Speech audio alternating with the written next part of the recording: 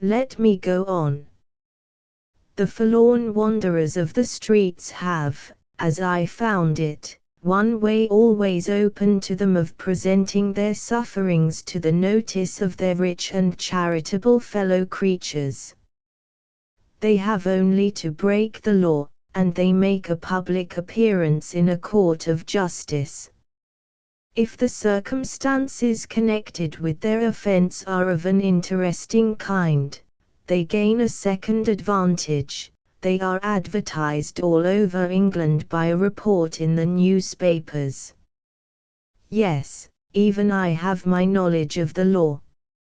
I know that it completely overlooked me as long as I respected it.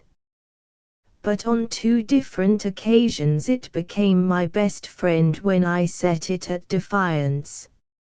My first fortunate offense was committed when I was just 12 years old. It was evening time. I was half dead with starvation, the rain was falling, the night was coming on. I begged, openly, loudly, as only a hungry child can beg. An old lady in a carriage at a shop door complained of my importunity. The policeman did his duty. The law gave me a supper and shelter at the station house that night. I appeared at the police court, and, questioned by the magistrate, I told my story truly. It was the everyday story of thousands of children like me, but it had one element of interest in it. I confessed to having had a father, he was then dead, who had been a man of rank, and I owned, just as openly as I owned everything else, that I had never applied to him for help, in resentment of his treatment of my mother. This incident was new, I suppose. It led to the appearance of my case in the newspapers. The reporters further served my interests by describing me as pretty and interesting. Subscriptions were sent to the court. A benevolent married couple, in a respectable sphere of life, visited the workhouse to see me. I produced a favorable impression on them, especially on the wife. I was literally friendless. I had no unwelcome relatives to follow me and claim me. The wife was childless, the husband was a good-natured man. It ended in their taking me away with them to try me in service. I have always felt the aspiration, no matter how low I may have fallen, to struggle upward to a position above me, to rise, in spite of fortune, superior to my lot in life. Perhaps some of my father's pride may be at the root of this restless feeling in me. It seems to be a part of my nature. It brought me into this house, and it will go with me out of this house. Is it my curse or my blessing? I am not able to decide. On the first night when I slept in my new home I said to myself, they have taken me to be their servant, I will be something more than that, they shall end in taking me for their child. Before I had been a week in the house I was the wife's favorite companion in the absence of her husband at his place of business. She was a highly accomplished woman, greatly her husband's superior in cultivation, and, unfortunately for herself, also his superior in years. The love was all on her side.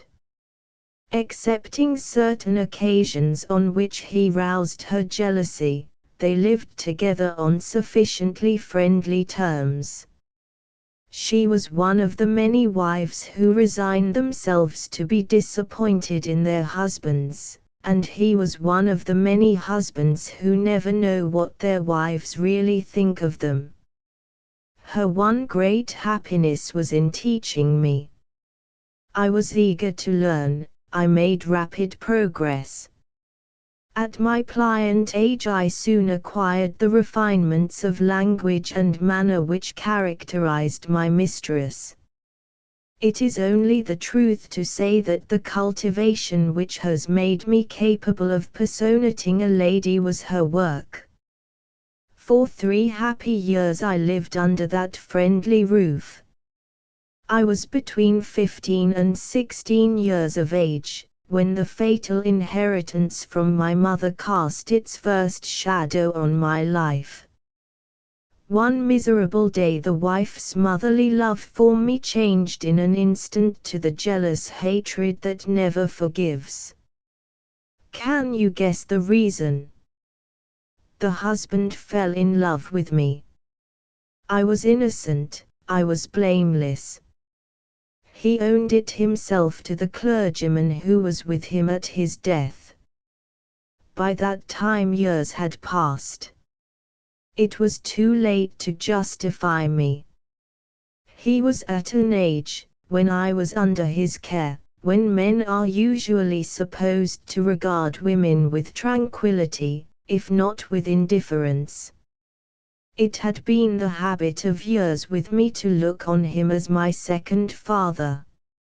In my innocent ignorance of the feeling which really inspired him, I permitted him to indulge in little paternal familiarities with me, which inflamed his guilty passion. His wife discovered him, not I. No words can describe my astonishment and my horror when the first outbreak of her indignation forced on me the knowledge of the truth. On my knees I declared myself guiltless.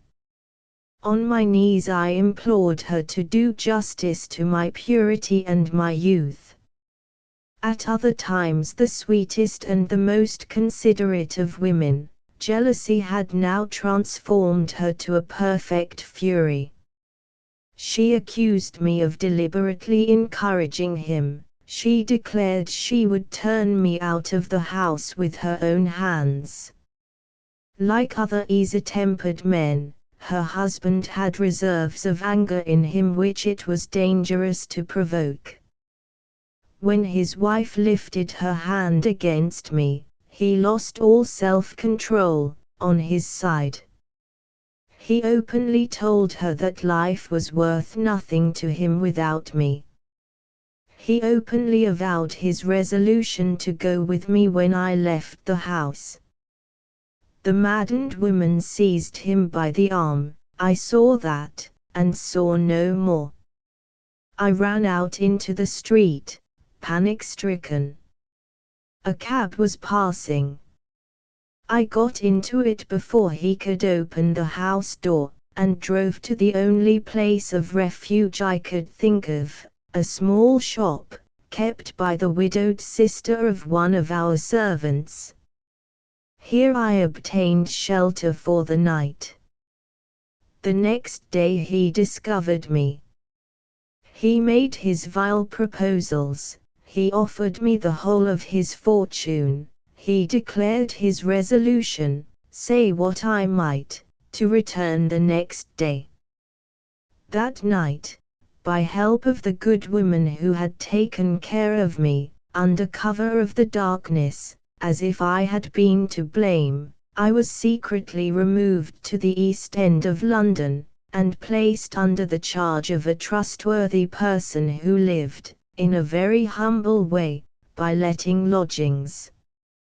Here, in a little back garret at the top of the house, I was thrown again on the world, an age when it was doubly perilous for me to be left to my own resources to earn the bread I ate and the roof that covered me. I claim no credit to myself, young as I was, placed as I was between the easy life of vice and the hard life of virtue, for acting as I did. The man simply horrified me. My natural impulse was to escape from him. But let it be remembered, before I approach the saddest part of my sad story, that I was an innocent girl, and that I was at least not to blame. Forgive me for dwelling as I have done on my early years. I shrink from speaking of the events that are still to come. In losing the esteem of my first benefactress, I had, in my friendless position, lost all hold on an honest life, except the one frail hold of needlework. The only reference of which I could now dispose was the recommendation of me by my landlady to a place of business which largely employed expert needlewomen. It is needless for me to tell you how miserably work of that sort is remunerated. You have read about it in the newspapers. As long as my health lasted, I contrived to live and to keep out of debt. Few girls could have resisted as long as I did the slowly poisoning influences of crowded workroom, insufficient nourishment, and almost total privation of exercise. My life as a child had been a life in the open air. It had helped to strengthen a constitution naturally hardy, naturally free from all taint of hereditary disease. But my time came at last. Under the cruel stress laid on it, my health gave way. I was struck down by low fever, and sentence was pronounced on me by my fellow lodgers: "Ah, poor thing, her troubles will soon be at an end." The prediction might have proved true. I might never have committed the errors and endured the sufferings of after years, if I had fallen ill in another house. But it was my good, or my evil, fortune, I dare not say which, to have interested in myself and my sorrows an actress at a suburban theatre, who occupied the room under mine. Except when her stage duties took her away for 2 or 3 hours in the evening, this noble creature never left my bedside.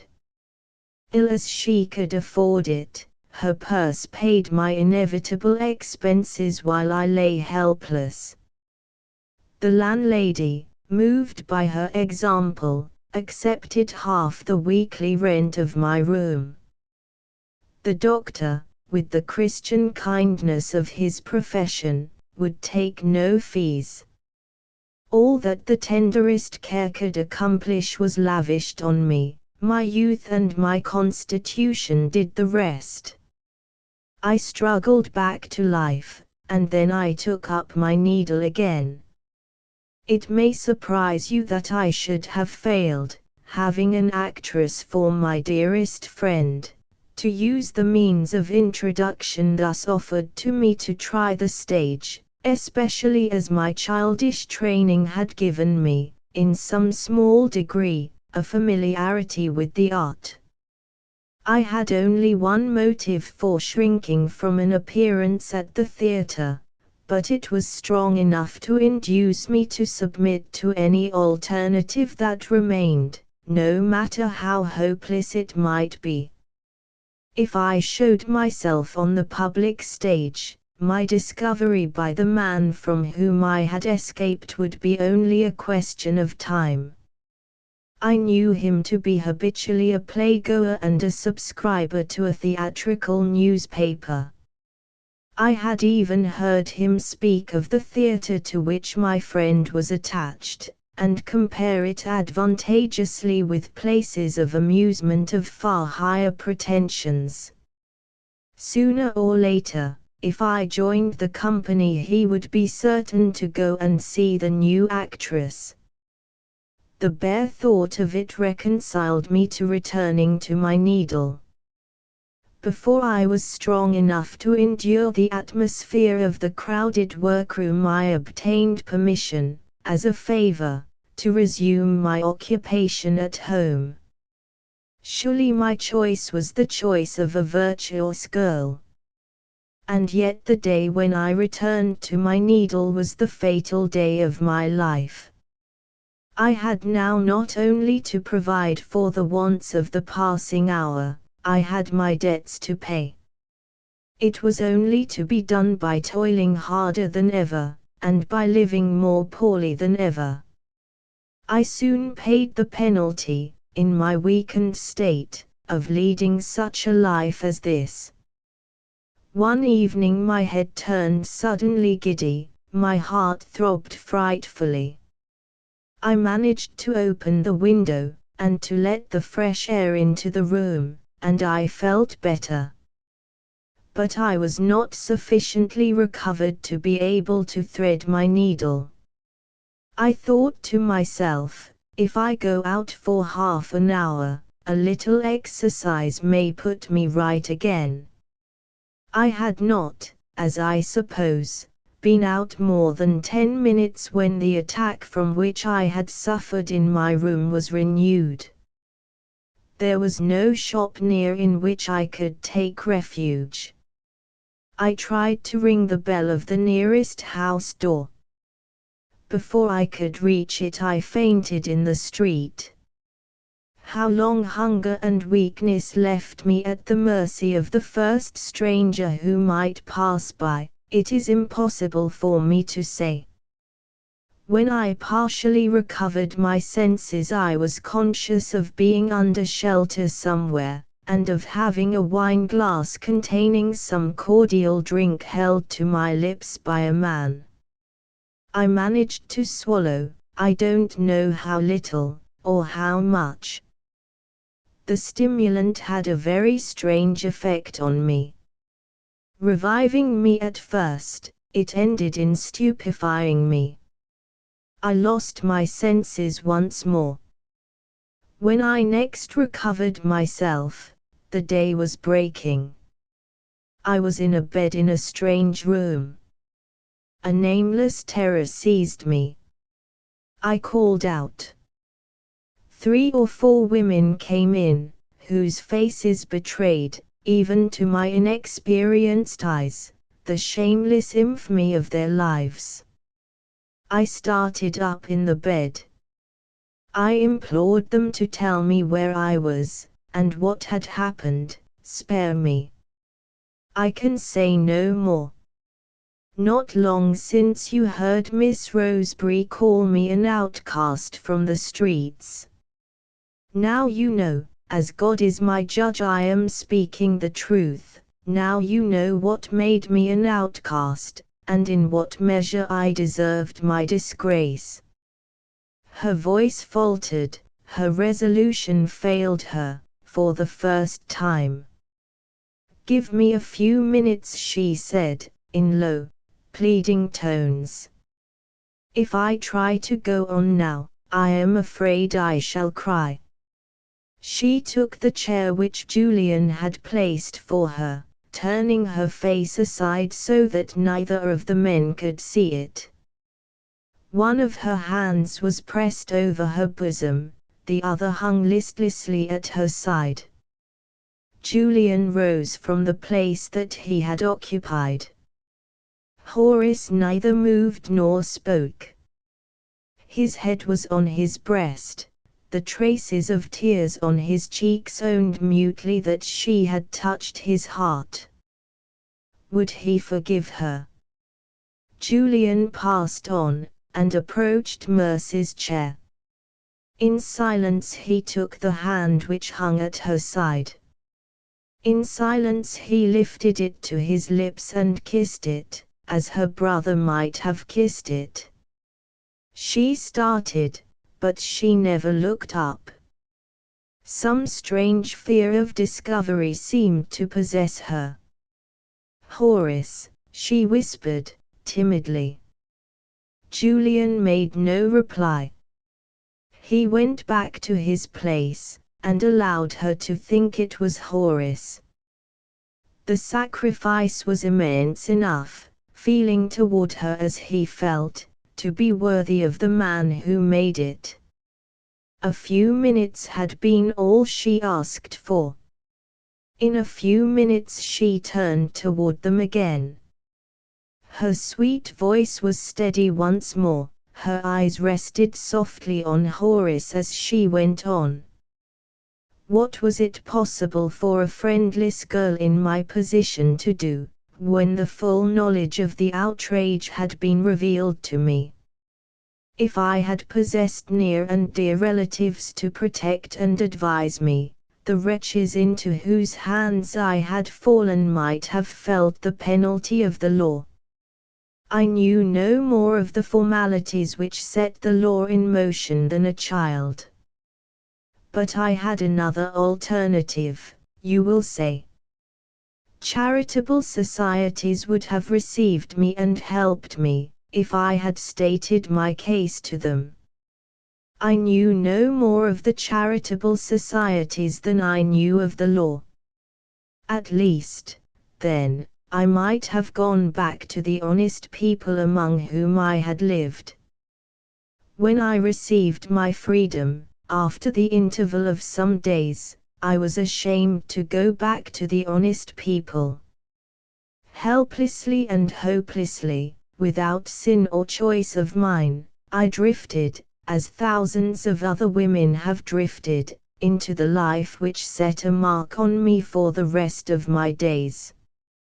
Are you surprised at the ignorance which this confession reveals? You, who have your solicitors to inform you of legal remedies and your newspapers, circulars, and active friends to sound the praises of charitable institutions continually in your ears, you, who possess these advantages, have no idea of the outer world of ignorance in which your lost fellow creatures live.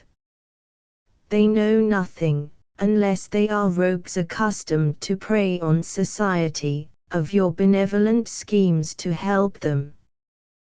The purpose of public charities, and the way to discover and apply to them, ought to be posted at the corner of every street. What do we know of public dinners and eloquent sermons and neatly printed circulars?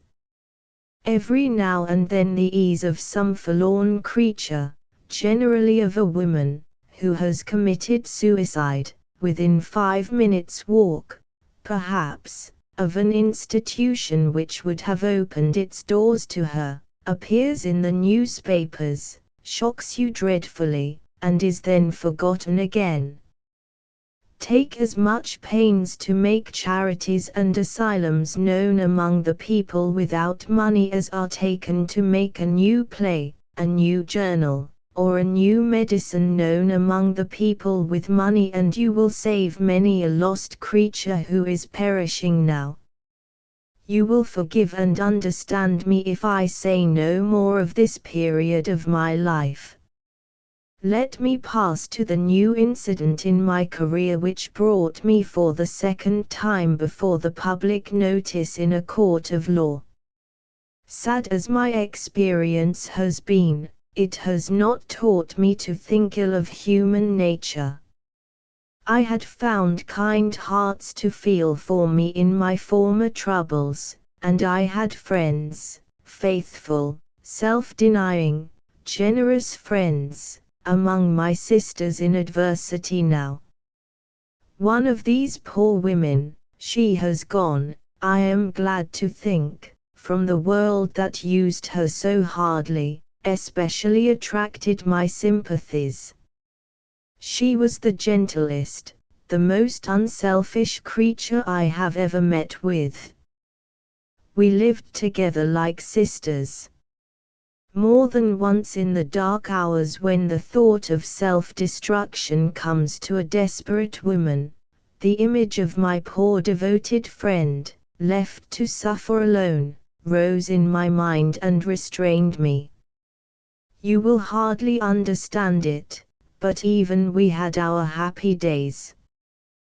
When she or I had a few shillings to spare, we used to offer one another little presents, and enjoy our simple pleasure in giving and receiving as keenly as if we had been the most reputable women living. One day I took my friend into a shop to buy her a ribbon, only a bow for her dress. She was to choose it, and I was to pay for it, and it was to be the prettiest ribbon that money could buy. The shop was full. We had to wait a little before we could be served. Next to me, as I stood at the counter with my companion, was a gaudily dressed woman, looking at some handkerchiefs. The handkerchiefs were finely embroidered, but the smart lady was hard to please. She tumbled them up disdainfully in a heap, and asked for other specimens from the stock in the shop. The man, in clearing the handkerchiefs out of the way, suddenly missed one. He was quite sure of it, from a peculiarity in the embroidery which made the handkerchief especially noticeable. I was poorly dressed, and I was close to the handkerchiefs. After one look at me, he shouted to the superintendent, "Shut the door. There is a thief in the shop." The door was closed. The lost handkerchief was vainly sought for on the counter and on the floor. A robbery had been committed, and I was accused of being the thief. I will say nothing of what I felt, I will only tell you what happened. I was searched, and the handkerchief was discovered on me. The woman who had stood next to me, on finding herself threatened with discovery, had no doubt contrived to slip the stolen handkerchief into my pocket. Only an accomplished thief could have escaped detection in that way without my knowledge. It was useless, in the face of the facts, to declare my innocence. I had no character to appeal to. My friend tried to speak for me, but what was she? Only a lost woman like myself. My landlady's evidence in favor of my honesty produced no effect. It was against her that she let lodgings to people in my position. I was prosecuted, and found guilty. The tale of my disgrace is now complete, Mr. Hoacroft. No matter whether I was innocent or not, the shame of it remains. I have been imprisoned for theft. The matron of the prison was the next person who took an interest in me. She reported favorably of my behavior to the authorities, and when I had served my time, as the phrase was among us, she gave me a letter to the kind friend and guardian of my later years, to the lady who is coming here to take me back with her to the refuge. From this time the story of my life is little more than the story of a woman's vain efforts to recover her lost place in the world. The matron, on receiving me into the refuge, frankly acknowledged that there were terrible obstacles in my way. But she saw that I was sincere, and she felt a good woman's sympathy and compassion for me. On my side, I did not shrink from beginning the slow and weary journey back again to a reputable life from the humblest starting point, from domestic service. After first earning my new character in the refuge, I obtained a trial in a respectable house. I worked hard, and worked uncomplainingly, but my mother's fatal legacy was against me from the first. My personal appearance excited remark. My manners and habits were not the manners and habits of the women among whom my lot was cast. I tried one place after another, always with the same results. Suspicion and jealousy I could endure, but I was defenseless when curiosity assailed me in its turn. Sooner or later inquiry led to discovery. Sometimes the servants threatened to give warning in a body, and I was obliged to go. Sometimes, where there was a young man in the family, scandal pointed at me and at him, and again I was obliged to go. If you care to know it, Miss Rosebery can tell you the story of those sad days. I confided it to her on the memorable night when we met in the French cottage. I have no heart repeat it now. After a while I wearied of the hopeless struggle. Despair laid its hold on me. I lost all hope in the mercy of God. More than once I walked to one or other of the bridges, and looked over the parapet at the river, and said to myself, other women have done it, why shouldn't I? You saved me at that time, Mr. Gray, as you have saved me since. I was one of your congregation when you preached in the chapel of the Refuge. You reconciled others besides me to our hard pilgrimage. In their name and in mine, sir, I thank you. I forget how long it was after the bright day when you comforted and sustained us that the war broke out between France and Germany. But I can never forget the evening when the matron sent for me into her own room and said, "My dear, your life here is a wasted life. If you have courage enough left to try it, I can give you another chance." I passed through a month of probation in a London hospital. A week after that I wore the Red Cross of the Geneva Convention. I was appointed nurse in a French ambulance. When you first saw me, Mr. Hoacroft, I still had my nurse's dress on, hidden from you and from everybody under a grey cloak. You know what the next event was. You know how I entered this house. I have not tried to make the worst of my trials and troubles in telling you what my life has been. I have honestly described it for what it was when I met with Miss Rosebery, a life without hope. May you never know the temptation that tried me when the shell struck its victim in the French cottage. There she lay, dead.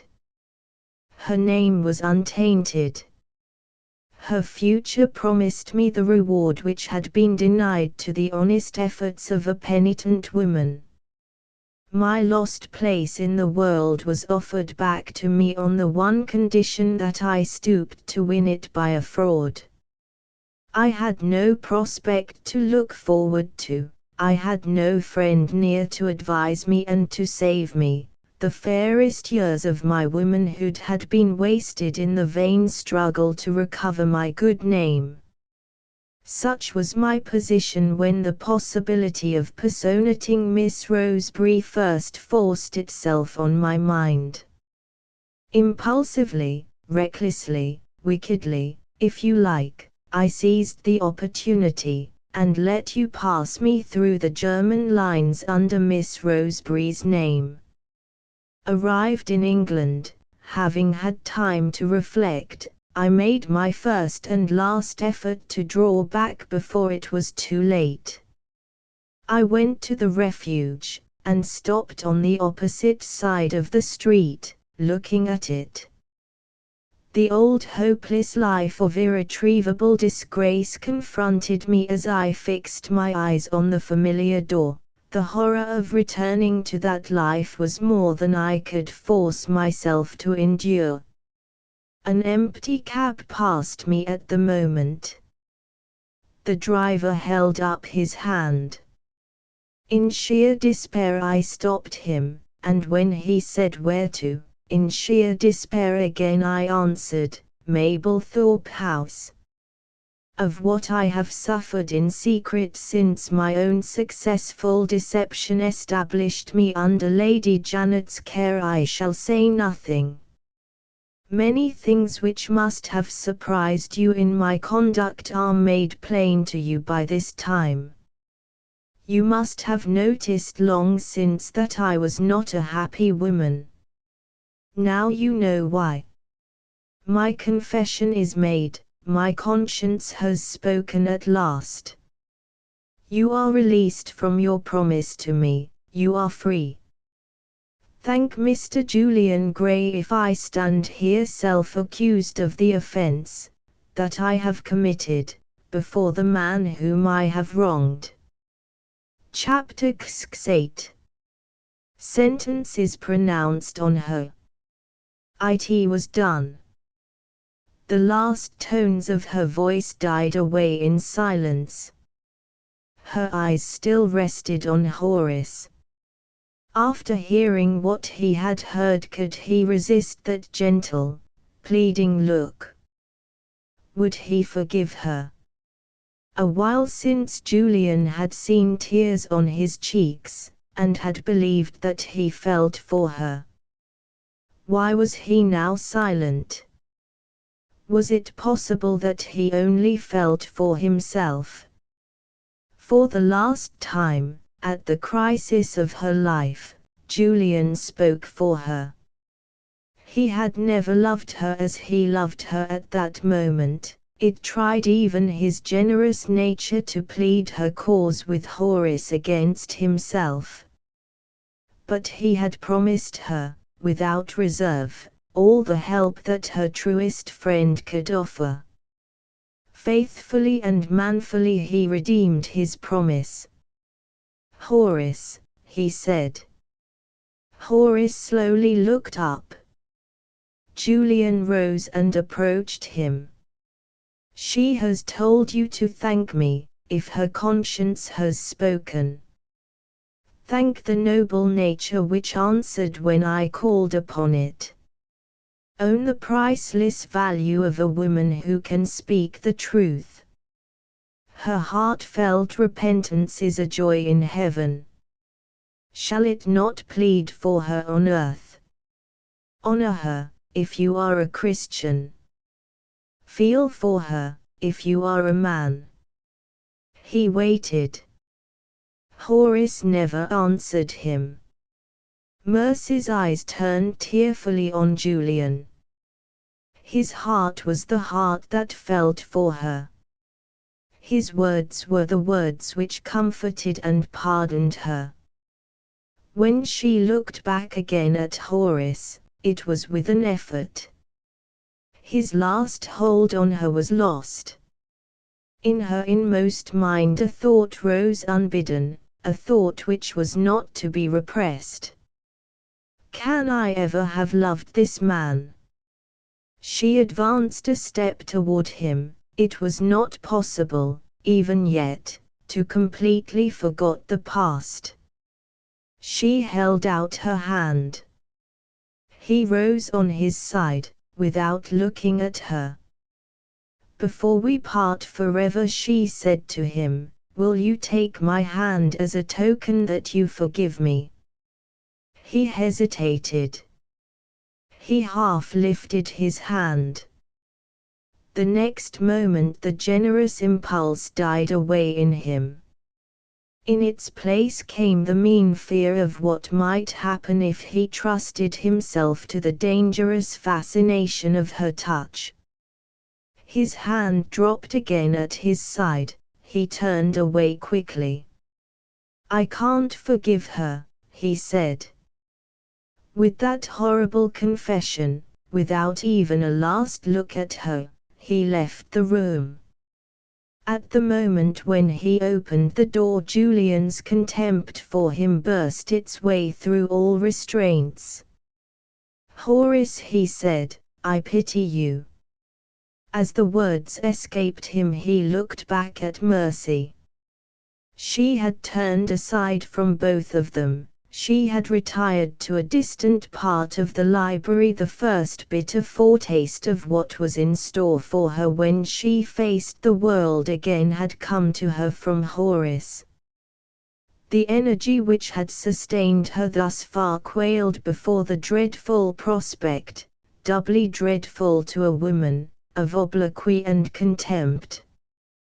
She sank on her knees before a little couch in the darkest corner of the room.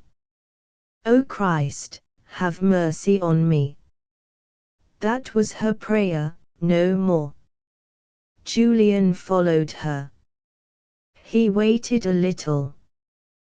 Then his kind hand touched her, his friendly voice fell consolingly on her ear. Rise, poor wounded heart. Beautiful, purified soul, God's angels rejoice over you. Take your place among the noblest of God's creatures. He raised her as he spoke. All her heart went out to him. She caught his hand, she pressed it to her bosom, she pressed it to her lips, then dropped it suddenly, and stood before him trembling like a frightened child. Forgive me, was all she could say. I was so lost and lonely, and you are so good to me. She tried to leave him. It was useless, her strength was gone, she caught at the head of the couch to support herself. He looked at her. The confession of his love was just rising to his lips. He looked again, and checked it. No, not at that moment, not when she was helpless and ashamed, not when her weakness might make her yield, only to regret it at a later time. The great heart which had spared her and felt for her from the first spared her and felt for her now. He, too, left her, but not without a word at parting. Don't think of your future life just yet, he said, gently. I have something to propose when rest and quiet have restored you. He opened the nearest door, the door of the dining room, and went out. The servants engaged in completing the decoration of the dinner table noticed, when Mr. Julian entered the room, that his eyes were brighter than ever. He looked, they remarked, like a man who expected good news. They were inclined to suspect, though he was certainly rather young for it, that her ladyship's nephew was in a fair way of preferment in the church. Mercy seated herself on the couch. There are limits, in the physical organization of man, to the action of pain. When suffering has reached a given point of intensity, the nervous sensibility becomes incapable of feeling more. The rule of nature, in this respect, applies not only to sufferers in the body, but to sufferers in the mind as well. Grief, rage, terror, have also their appointed limits. The moral sensibility, like the nervous sensibility, reaches its period of absolute exhaustion, and feels no more. The capacity for suffering in Mercy had attained its term. Alone in the library, she could feel the physical relief of repose, she could vaguely recall Julian's parting words to her, and sadly wonder what they meant. She could do no more. An interval passed, a brief interval of perfect rest. She recovered herself sufficiently to be able to look at her watch and to estimate the lapse of time that might yet pass before Julian returned to her as he had promised. While her mind was still languidly following this train of thoughts, she was disturbed by the ringing of a bell in the hall, used to summon the servant whose duties were connected with that part of the house. In leaving the library, Horace had gone out by the door which led into the hall, and had failed to close it. She plainly heard the bell, and a moment later, more plainly still, she heard Lady Janet's voice. She started to her feet. Lady Janet's letter was still in the pocket of her apron, the letter which imperatively commanded her to abstain from making the very confession that had just passed her lips. It was near the dinner hour, and the library was the favorite place in which the mistress of the house and her guests assembled at that time. It was no matter of doubt, it was an absolute certainty that Lady Janet had only stopped in the hall on her way into the room. The alternative for Mercy lay between instantly leaving the library by the dining-room door, or remaining where she was, at the risk of being sooner or later compelled to own that she had deliberately disobeyed her benefactress. Exhausted by what she had already suffered, she stood trembling and irresolute, incapable of deciding which alternative she should choose. Lady Janet's voice, clear and resolute, penetrated into the room. She was reprimanding the servant who had answered the bell. "Is it your duty in my house to look after the lamps?" "Yes, my lady." "And is it my duty to pay you your wages?" "If you please, my lady." "Why do I find the light in the hall dim, and the wick of that lamp smoking?" "I have not failed in my duty to you." "Don't let me find you failing again in your duty to me." Never had Lady Janet's voice sounded so sternly in Mercy's ear as it sounded now. If she spoke with that tone of severity to a servant who had neglected a lamp, what had her adopted daughter to expect when she discovered that her entreaties and her commands had been alike set at defiance? Having administered her reprimand, Lady Janet had not done with the servant yet. She had a question to put to him next. "Where is Miss Roseberry?" "In the library, my lady." Mercy returned to the couch. She could stand no longer. She had not even resolution enough left to lift her eyes to the door. Lady Janet came in more rapidly than usual. She advanced to the couch, and tapped Mercy playfully on the cheek with two of her fingers. "You lazy child! Not dressed for dinner? Oh, fie, fie!" Her tone was as playfully affectionate as the action which had accompanied her words. In speechless astonishment Mercy looked up at her.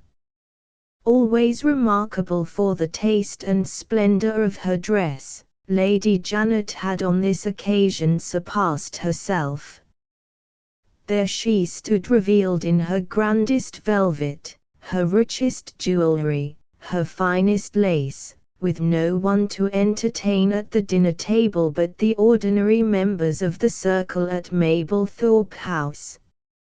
Noticing this as strange to begin with, Mercy further observed, for the first time in her experience, that Lady Janet's eyes avoided meeting hers.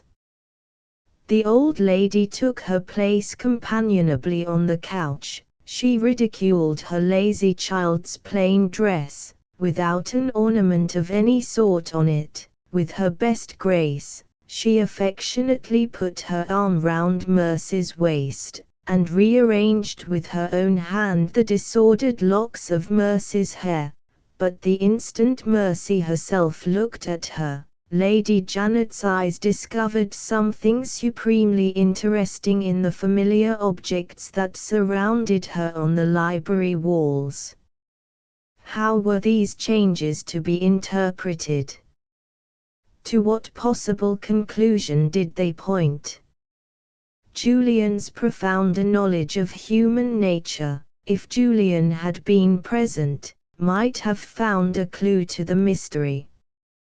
He might have surmised, incredible as it was, that Mercy's timidity before Lady Janet was fully reciprocated by Lady Janet's timidity before Mercy. It was even so.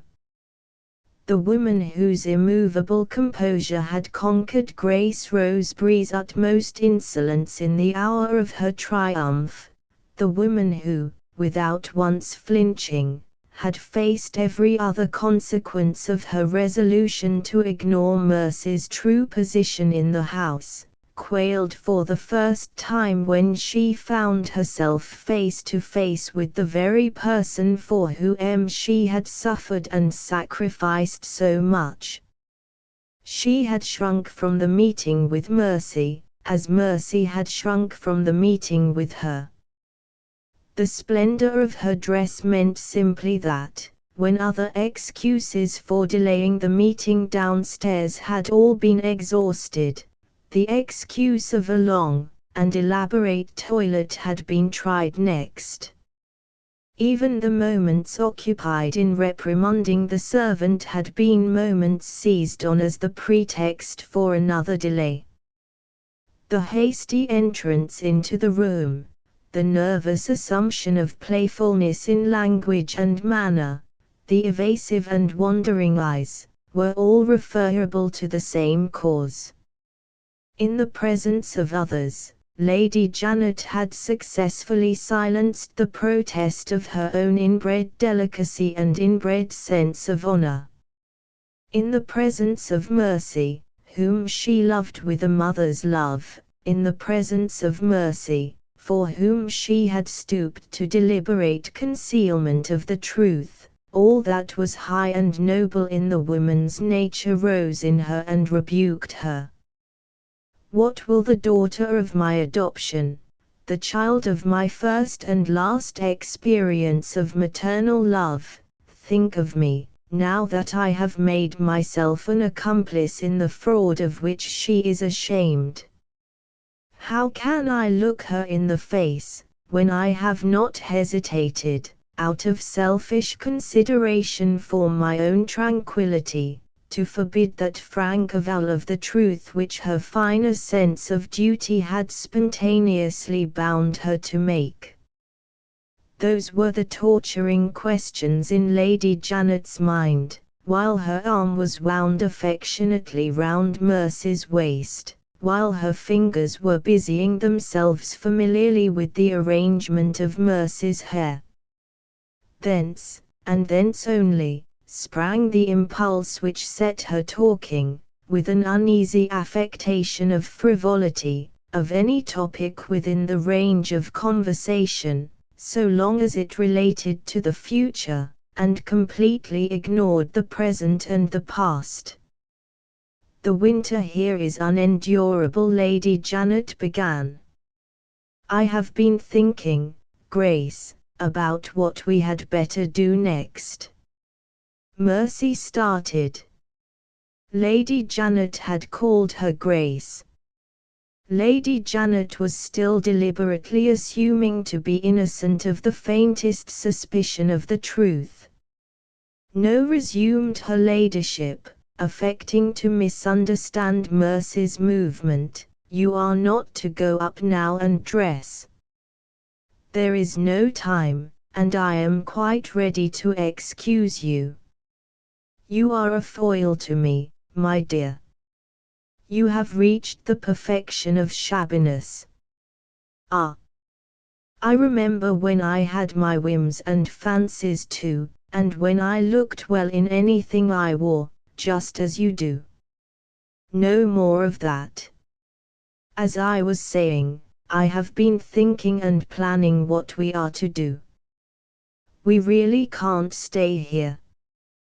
Cold one day, and hot the next, what a climate! As for society, what do we lose if we go away? There is no such thing as society now. Assemblies of well-dressed mobs meet at each other's houses, tear each other's clothes, tread on each other's toes. If you are particularly lucky, you sit on the staircase, you get a tepid ice, and you hear vapid talk in slang phrases all round you. There is modern society. If we had a good opera, it would be something to stay in London for. Look at the programme for the season on that table, promising as much as possible on paper, and performing as little as possible on the stage. The same works, sung by the same singers year after year, to the same stupid people, in short the dullest musical evenings in Europe. No. The more I think of it, the more plainly I perceive that there is but one sensible choice before us: we must go abroad. Set that pretty head to work, choose north or south, east or west, it's all the same to me. Where shall we go? Mercy looked at her quickly as she put the question. Lady Janet, more quickly yet, looked away at the programme of the opera house. Still the same melancholy false pretences. Still the same useless and cruel delay. Incapable of enduring the position now forced upon her, Mercy put her hand into the pocket of her apron, and drew from it Lady Janet's letter. Will your ladyship forgive me, she began, in faint, faltering tones, if I venture on a painful subject. I hardly dare acknowledge, in spite of her resolution to speak out plainly, the memory of past love and past kindness prevailed with her. The next words died away on her lips. She could only hold up the letter. Lady Janet declined to see the letter. Lady Janet suddenly became absorbed in the arrangement of her bracelets. I know what you daren't acknowledge, you foolish child, she exclaimed. You daren't acknowledge that you are tired of this dull house. My dear, I am entirely of your opinion. I am weary of my own magnificence. I long to be living in one snug little room, with one servant to wait on me. I'll tell you what we will do. We will go to Paris, in the first place. My excellent Migliore, Prince of Couriers, shall be the only person in attendance. He shall take a lodging for us in one of the unfashionable quarters of Paris. We will rough it, Grace, to use the slang phrase, merely for a change. We will lead what they call a bohemian life. I know plenty of writers and painters and actors in Paris, the liveliest society in the world, my dear, until one gets tired of them. We will dine at the restaurant, and go to the play, and drive about in shabby little hired carriages. And when it begins to get monotonous, which it is only too sure to do, we will spread our wings and fly to Italy, and cheat the winter in that way. There is a plan for you. Miglia is in town. I will send to him this evening, and we will start tomorrow. Mercy made another effort. I entreat your ladyship to pardon me, she resumed. I have something serious to say. I am afraid, I understand. You are afraid of crossing the Channel, and you don't like to acknowledge it. Pooh! The passage barely lasts 2 hours, we will shut ourselves up in a private cabin. I will send at once, the courier may be engaged. Ring the bell. Lady Janet, I must submit to my hard lot. I cannot hope to associate myself again with any future plans of yours. What? You are afraid of our bohemian life in Paris. Observe this, Grace. If there is one thing I hate more than another, it is an old head on young shoulders. I say no more. Ring the bell. This cannot go on, Lady Janet. No words can say how unworthy I feel of your kindness, how ashamed I am. Upon my honor, my dear, I agree with you. You ought to be ashamed, at your age, of making me get up to ring the bell. Her obstinacy was immovable. She attempted to rise from the couch. But one choice was left to Mercy. She anticipated Lady Janet, and rang the bell. The manservant came in. He had his little letter tray in his hand, with a card on it, and a sheet of paper beside the card, which looked like an open letter. "You know where my courier lives when he is in London?" asked Lady Janet. "Yes, my lady."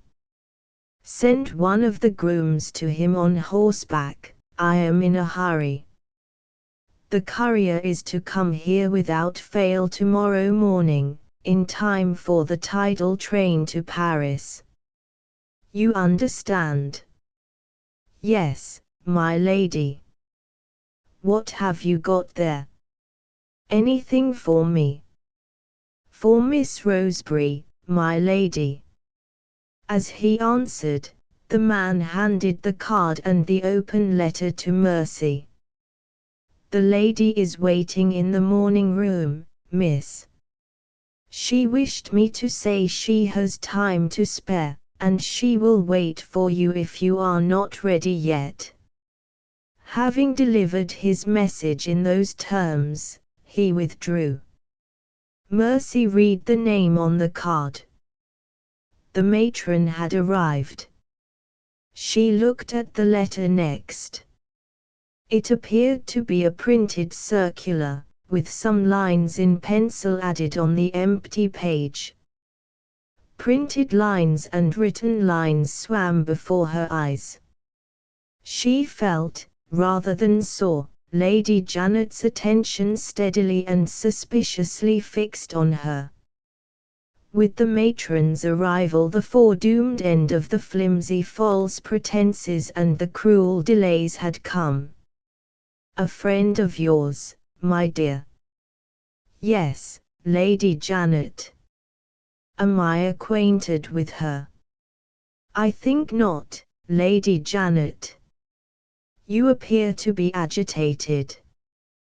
Does your visitor bring bad news? Is there anything that I can do for you?" "You can add, immeasurably add, madam, to all your past kindness, if you will only bear with me and forgive me." "Bear with you and forgive you? I don't understand." "I will try to explain. Whatever else you may think of me, Lady Janet, for God's sake don't think me ungrateful." Lady Janet held up her hand for silence. "I dislike explanations," she said, sharply. "Nobody ought to know that better than you. Perhaps the lady's letter will explain for you. Why have you not looked at it yet?" "I am in great trouble, madam, as you noticed just now. Have you any objection to my knowing who your visitor is?" "No, Lady Janet." "Let me look at her card, then." Mercy gave the matron's card to Lady Janet, as she had given the matron's telegram to Horace. Lady Janet read the name on the card, considered, decided that it was a name quite unknown to her, and looked next at the address, Western District Refuge, Milburn Road. "A lady connected with a refuge," she said, speaking to herself, "and calling here by appointment, if I remember the servant's message. A strange time to choose, if she has come for a subscription. She paused. Her brow contracted, her face hardened. A word from her would now have brought the interview to its inevitable end, and she refused to speak the word. To the last moment she persisted in ignoring the truth. Placing the card on the couch at her side, she pointed with her long yellow-white forefinger to the printed letter lying side by side with her own letter on Mercy's lap. "Do you mean to read it, or not?" she asked. Mercy lifted her eyes, fast filling with tears, to Lady Janet's face. "May I beg that your ladyship will read it for me," she said, and placed the matron's letter in Lady Janet's hand.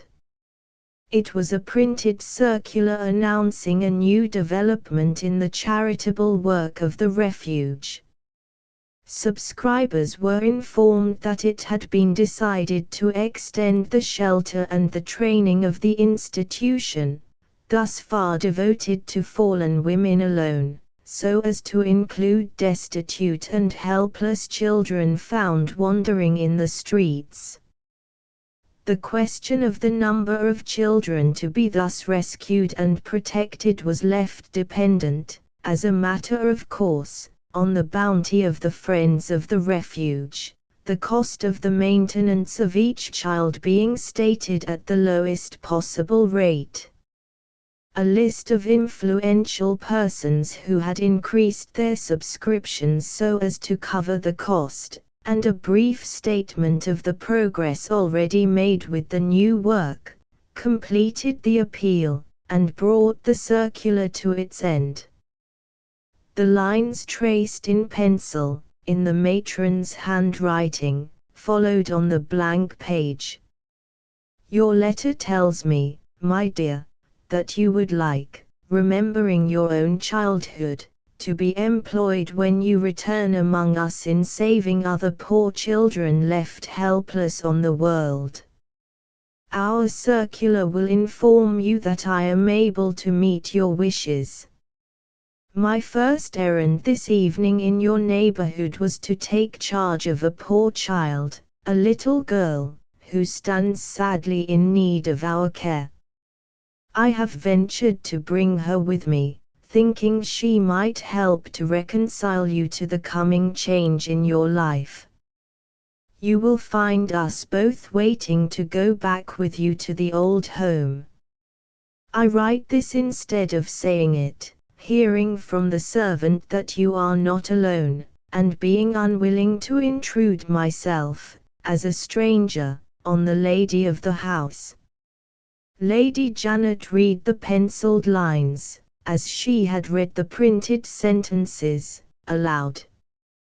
Without a word of comment she laid the letter where she had laid the card, and, rising from her seat, stood for a moment in stern silence, looking at Mercy. The sudden change in her which the letter had produced, quietly as it had taken place, was terrible to see. On the frowning brow, in the flashing eyes, on the hardened lips, outraged love and outraged pride looked down on the lost woman, and said, as if in words, "You have roused us at last." "If that letter means anything," she said, "it means you are about to leave my house. There can be but one reason for your taking such a step as that. It is the only atonement I can make, madam. I see another letter on your lap. Is it my letter?" "Yes." "Have you read it?"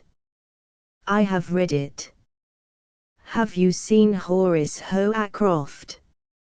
"Yes." "Have you told Horace Hoacroft—" "Oh, Lady Janet, don't interrupt me. Have you told Horace Hoacroft what my letter positively forbade you to communicate, either to him or to any living creature?" I want no protestations and excuses. Answer me instantly, and answer in one word, yes or no. Not even that haughty language, not even those pitiless tones, could extinguish in Mercy's heart the sacred memories of past kindness and past love. She fell on her knees, her outstretched hands touched Lady Janet's dress.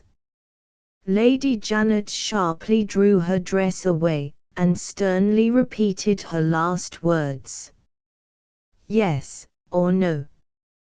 Yes. She had owned it at last. To this end Lady Janet had submitted to Grace Rosebery, had offended Horace Hoacroft, had stooped, for the first time in her life, to concealments and compromises that degraded her. After all that she had sacrificed and suffered, their Mercy knelt at her feet, self-convicted of violating her commands, trampling on her feelings, deserting her house. And who was the woman who had done this? The same woman who had perpetrated the fraud, and who had persisted in the fraud until her benefactress had descended to become her accomplice. Then, and then only, she had suddenly discovered that it was her sacred duty to tell the truth. In proud silence the great lady met the blow that had fallen on her. In proud silence she turned her back on her adopted daughter and walked to the door. Mercy made her last appeal to the kind friend whom she had offended, to the second mother whom she had loved. Lady Janet. Lady Janet. Don't leave me without a word. Oh, madam, try to feel for me a little. I am returning to a life of humiliation, the shadow of my old disgrace is falling on me once more. We shall never meet again. Even though I have not deserved it, let my repentance plead with you. Say you forgive me. Lady Janet turned round on the threshold of the door. I never forgive ingratitude, she said. Go back to the refuge. The door opened and closed on her. Mercy was alone again in the room. Unforgiven by Horace, unforgiven by Lady Janet. She put her hands to her burning head and tried to think. Oh, for the cool air of the night. Oh, for the friendly shelter of the refuge. She could feel those sad longings in her, it was impossible to think. She rang the bell, and shrank back the instant she had done it. Had she any right to take that liberty? She ought to have thought of it before she rang. Habit, all habit. How many hundreds of times she had rung the bell at Mablethorpe House. The servant came in. She amazed the man, she spoke to him so timidly, she even apologized for troubling him. I am sorry to disturb you. Will you be so kind as to say to the lady that I am ready for her? Wait to give that message, said a voice behind them, until you hear the bell rung again. Mercy looked round in amazement. Julian had returned to the library by the dining room door. Chapter 6. The Last Trial. The servant left them together. Mercy spoke first. Mr. Gray, she exclaimed, why have you delayed my message? If you knew all, you would know that it is far from being a kindness to me to keep me in this house. He advanced closer to her, surprised by her words, alarmed by her looks. "Has anyone been here in my absence?" he asked. "Lady Janet has been here in your absence." "I can't speak of it, my heart feels crushed, I can bear no more. Let me go." Briefly as she had replied, she had said enough. Julian's knowledge of Lady Janet's character told him what had happened.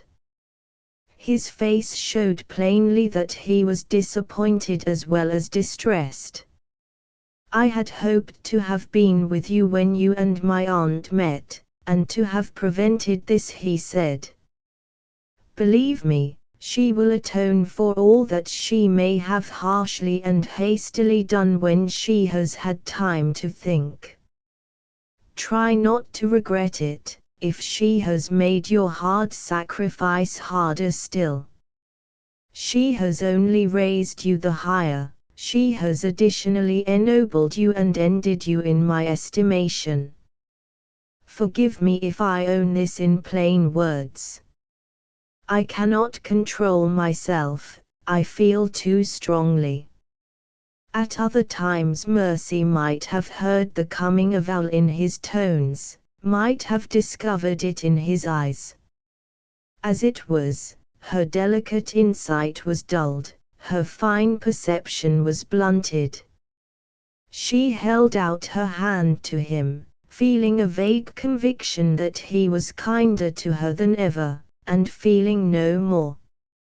"I must thank you for the last time," she said. "As long as life is left, my gratitude will be a part of my life. Let me go.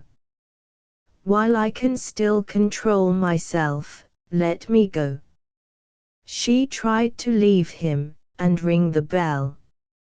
He held her hand firmly, and drew her closer to him. "To the refuge?" he asked. "Yes," she said. "Home again?" "Don't say that," he exclaimed. "I can't bear to hear it. Don't call the refuge your home. What else is it? Where else can I go? I have come here to tell you. I said, if you remember, I had something to propose." She felt the fervent pressure of his hand, she saw the mounting enthusiasm flashing in his eyes. Her weary mind roused itself a little. She began to tremble under the electric influence of his touch.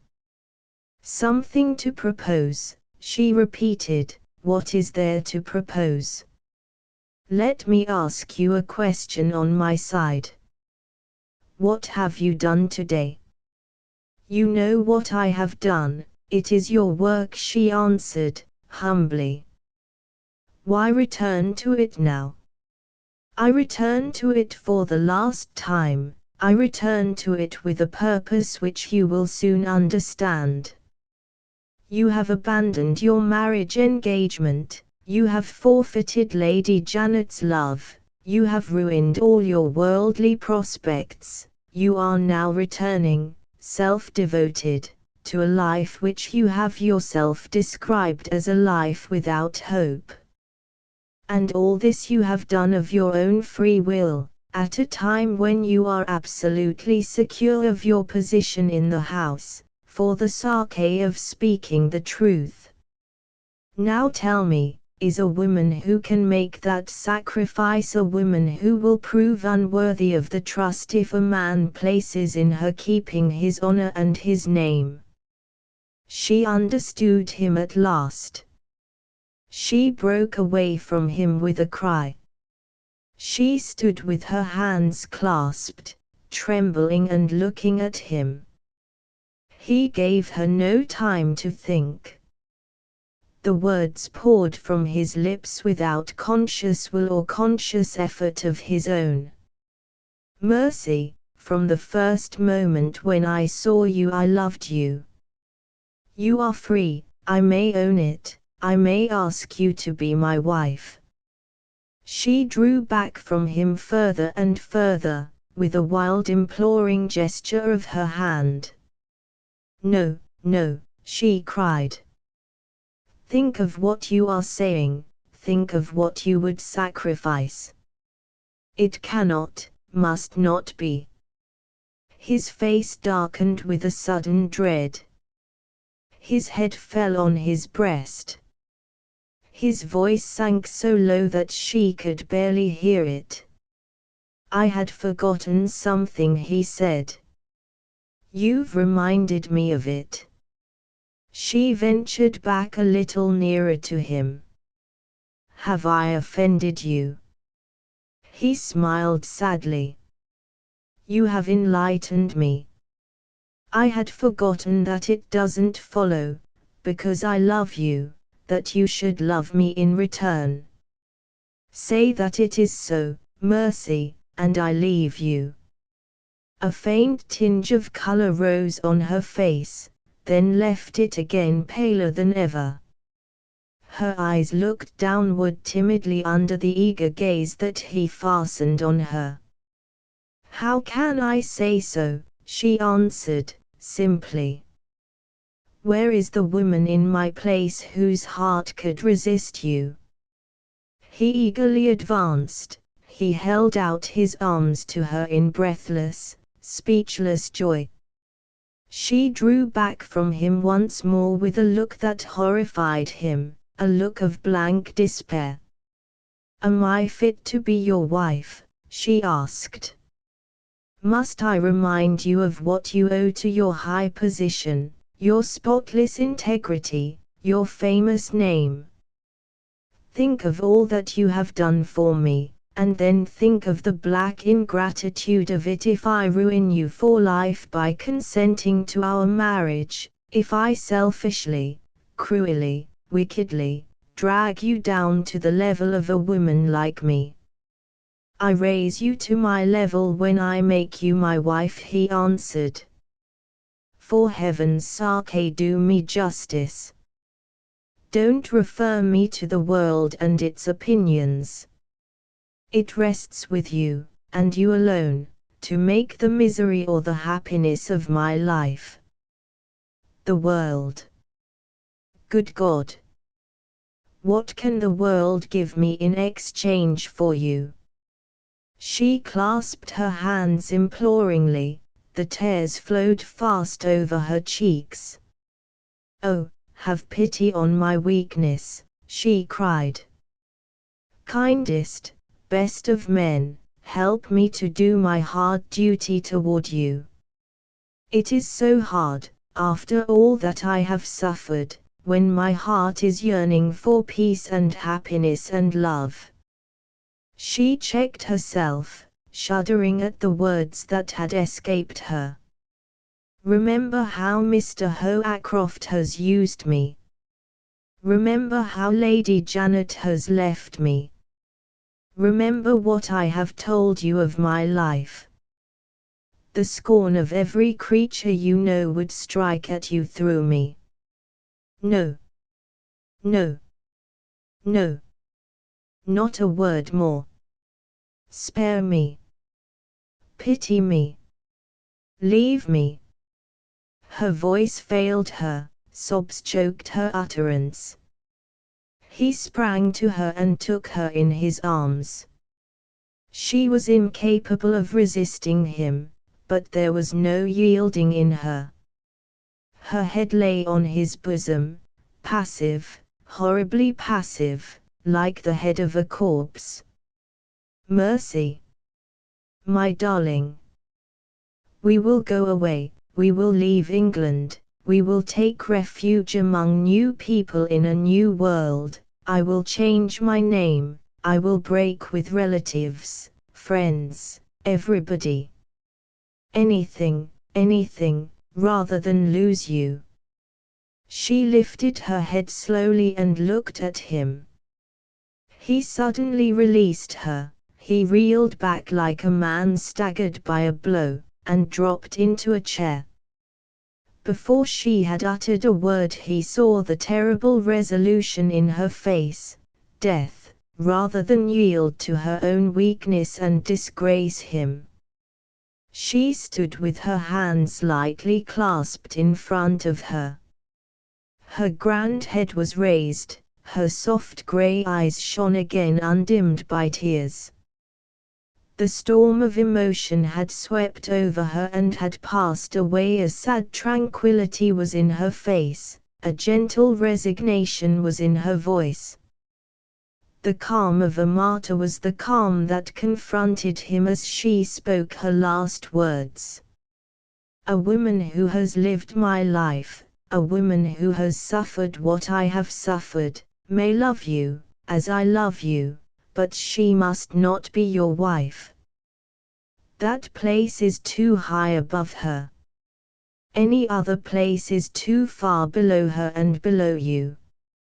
She paused, and advancing to the bell, gave the signal for her departure. That done, she slowly retraced her steps until she stood at Julian's side. Tenderly she lifted his head and laid it for a moment on her bosom. Silently she stooped and touched his forehead with her lips. All the gratitude that filled her heart and all the sacrifice that rent it were in those two actions, so modestly, so tenderly performed. As the last lingering pressure of her fingers left him, Julian burst into tears. The servant answered the bell. At the moment he opened the door a woman's voice was audible in the hall speaking to him. "Let the child go in," the voice said. "I will wait here." The child appeared, the same forlorn little creature who had reminded Mercy of her own early years on the day when she and Horace Hoacroft had been out for their walk. There was no beauty in this child, no halo of romance brightened the commonplace horror of her story. She came cringing into the room, staring stupidly at the magnificence all round her, the daughter of the London streets. The pet creation of the laws of political economy. The savage and terrible product of a worn-out system of government and of a civilization rotten to its core. Cleaned for the first time in her life, fed sufficiently for the first time in her life, dressed in clothes instead of rags for the first time in her life, Mercy's sister in adversity crept fearfully over the beautiful carpet, and stopped wonderstruck before the marbles of an inlaid table, a blot of mud on the splendor of the room. Mercy turned from Julian to meet the child. The woman's heart, hungering in its horrible isolation for something that it might harmlessly love, welcomed the rescued waif of the streets as a consolation sent from God. She caught the stupefied little creature up in her arms. "Kiss me," she whispered, in the reckless agony of the moment. "Call me sister." The child stared, vacantly. Sister meant nothing to her mind but an older girl who was strong enough to beat her. She put the child down again, and turned for a last look at the man whose happiness she had wrecked, in pity to him. He had never moved. His head was down, his face was hidden. She went back to him a few steps. "The others have gone from me without one kind word. Can you forgive me?" He held out his hand to her without looking up. Sorely as she had wounded him, his generous nature understood her. True to her from the first, he was true to her still. "God bless and comfort you," he said, in broken tones. "The earth holds no nobler woman than you." She knelt and kissed the kind hand that pressed hers for the last time. "It doesn't end with this world," she whispered, "there is a better world to come." Then she rose, and went back to the child. Hand in hand the two citizens of the government of God, outcasts of the government of man, passed slowly down the length of the room. Then out into the hall. Then out into the night. The heavy clang of the closing door told the knell of their departure. They were gone. But the orderly routine of the house, inexorable as death, pursued its appointed course. As the clock struck the hour, the dinner bell rang. An interval of a minute passed, and marked the limit of delay. The butler appeared at the dining room door. "Dinner is served, sir." Julian looked up. The empty room met his eyes. Something white lay on the carpet close by him. It was her handkerchief, wet with her tears. He took it up and pressed it to his lips. Was that to be the last of her? Had she left him forever? The native energy of the man, arming itself with all the might of his love, kindled in him again. No. While life was in him, while time was before him, there was the hope of winning her yet. He turned to the servant, reckless of what his face might betray. "Where is Lady Janet?" "In the dining room, sir." He reflected for a moment. His own influence had failed. Through what other influence could he now hope to reach her? As the question crossed his mind, the light broke on him. He saw the way back to her, through the influence of Lady Janet. "Her ladyship is waiting, sir." Julian entered the dining room. Epilogue, containing selections from the correspondence of Miss Grace Rosebery and Mr. Horace Hoacroft, to which are added extracts from the diary of the Reverend Julian Gray. I from Mr. Horace Hoacroft to Miss Grace Rosebery. I hasten to thank you, dear Miss Rosebery, for your last kind letter, received by yesterday's mail from Canada. Believe me, I appreciate your generous readiness to pardon and forget what I